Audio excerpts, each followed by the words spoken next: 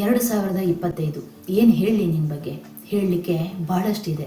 ಆದರೆ ಒಂದಷ್ಟನ್ನಂತೂ ನಿನ್ನ ಜೊತೆ ನಾನು ಹೇಳಿಕೊಳ್ಳಲೇಬೇಕು. ಯಾಕಂದರೆ ಬಹಳಷ್ಟು ವರ್ಷಗಳ ನಂತರ ಬಹಳಷ್ಟು ಖುಷಿಯನ್ನು ನನ್ನ ಬದುಕಿಗೆ ತಂದದ್ದು ನೀನು. 2025 ನೀನು ಬಂದ ಆರಂಭದಲ್ಲಿ ಕಳೆದ ಎಲ್ಲ ವರ್ಷದಂತೆ ನೀನು ಒಬ್ಬ.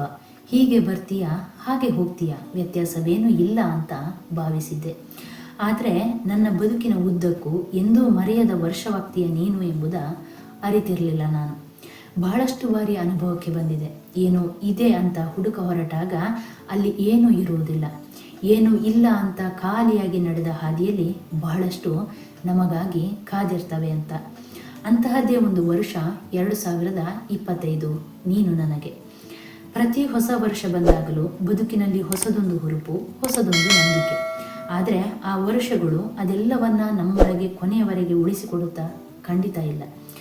ಬಹಳಷ್ಟು ಏರಿಳಿತದ ಹಾದಿಲಿ ನಮ್ಮನ್ನು ಮೌನವಾಗಿಸಿ ಬಿಡುತ್ತದೆ.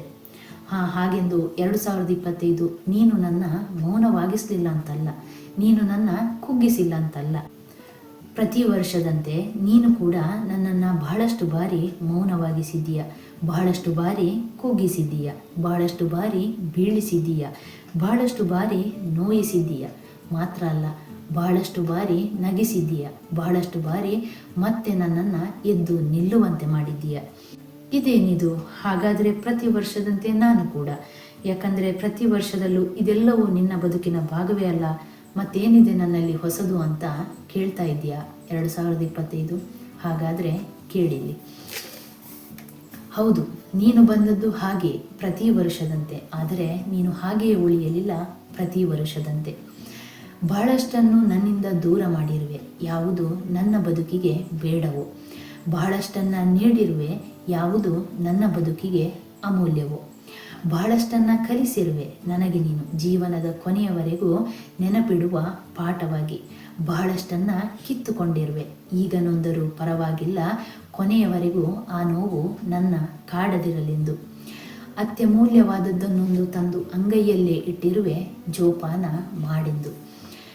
ನಿನಗೆ ಗೊತ್ತಾ 2025 ಇಲ್ಲಿಯವರೆಗೆ ಪ್ರತಿ ವರ್ಷವೂ ಸ್ವಾರ್ಥದ ಸಂಬಂಧಗಳೊಳಗೆ ನಿಜವಾದ ಸ್ನೇಹ, ಪ್ರೀತಿ, ವಿಶ್ವಾಸ, ನಂಬಿಕೆಯ ಹುಡುಕಾಟದಲ್ಲಿ ಪ್ರತಿ ಬಾರಿಯೂ ಉತ್ತರ ಸಿಗದೆ ಪ್ರಶ್ನೆಯಾಗಿಯೇ ಉಳಿಯುತ್ತಿದ್ದ ನನಗೆ, ನನ್ನನ್ನೇ ನಾನು ಇವುಗಳ ಮಧ್ಯೆಯೇ ಕಳೆದುಕೊಂಡಿದ್ದ ನನಗೆ, ನಿಜವಾದ ಸ್ನೇಹ, ಪ್ರೀತಿ, ವಿಶ್ವಾಸ, ನಂಬಿಕೆಯ ಗುರುತೆ ಮರೆತು ಹೋಗಿದ್ದ ನನ್ನ ಹೃದಯಕ್ಕೆ ಮತ್ತೆ ನಿಸ್ವಾರ್ಥವಾದ ಸ್ನೇಹ, ಪ್ರೀತಿಯ ಪರಿಚಯ ಮಾಡಿಕೊಟ್ಟದ್ದು ನೀನು.